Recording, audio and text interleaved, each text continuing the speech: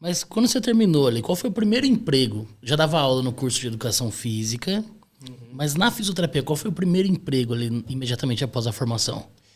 Então, eu atendia paciente particular, trabalhava nesse hospital Pierro, enquanto fisioterapeuta.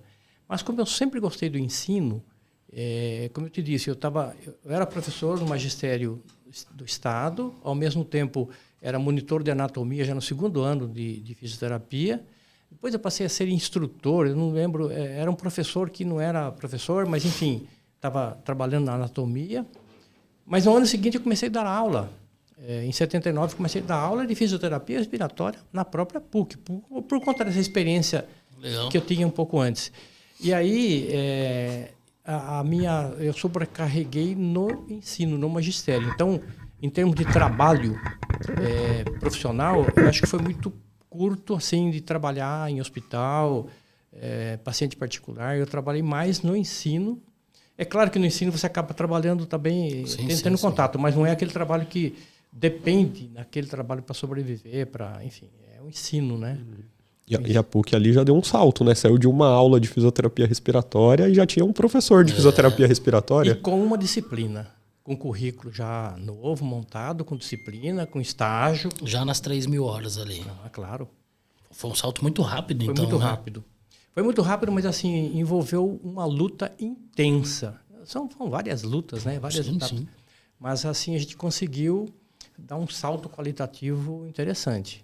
E se não tivéssemos feito isso, se isso não acontecesse, não era uma profissão, porque a própria enfermagem, ela olhava a gente assim como um objeto estranho. Outras profissões da saúde não tinham a fisioterapia como uma profissão de nível superior.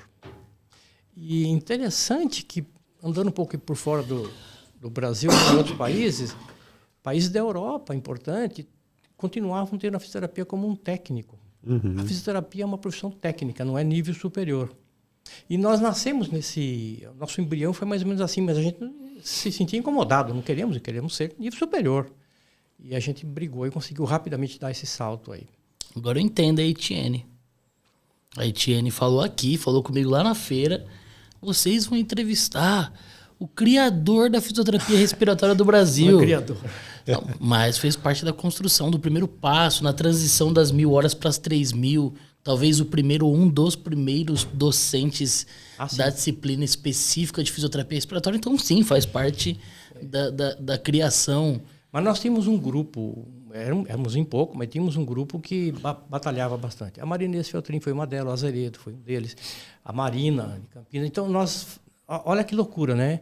A gente fazia reunião mensalmente, aqui em São Paulo, no INCOR. Marina vinha de Campinas, eu vinha de São Carlos, levantava às 3 da manhã, pegava o ônibus às 4, porque a gente vinha de ônibus. Sim. O Azeredo vinha do Rio de Janeiro. Era uma loucura, né? Deixava a família, deixava a sua vida para vir aqui reunir, brigar o resto do dia, para a gente poder alavancar alguma coisa da área. Era bem assim, artesanal e envolvendo um trabalho assim de cada um, né? Um grupo. Esse grupo foi aumentando, foi criando ali um corpo, e depois, se eu tiver a oportunidade de falar um pouco mais de como é que chegou a Sobrafir, que foi mais ou menos assim, né? Esse foi o caminho. Quero muito ouvir essa parte. Cara, e você vê, né, como são as coisas, né? Hoje em dia, às vezes a gente quer reunir o pessoal, fazer uma reunião online, e ninguém tem 30 minutinhos para parar ali, discutir um assunto, e o pessoal vinha cada um de uma cidade, parava aqui em São Paulo, ficava um dia discutindo para poder... porque vocês já entendiam essa necessidade da discussão para crescer as coisas, né? Vinha de ônibus, fazia loucura, era uma coisa difícil mesmo. Eu acho que assim, o acesso fácil à tecnologia fez com que todo mundo assumisse milhões de coisas ao mesmo tempo. Uhum. Para várias áreas, em todas as áreas. Na época, olha, vai ser o dia de ir no INCOR.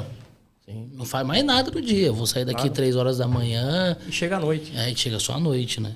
Sim. E a senhora, sua esposa, não pegava no pé, não? Na verdade, acho que assim, nós participamos da mesma história, né? Porque na terapia ocupacional acontecia isso também. O pessoal estava começando, brigando.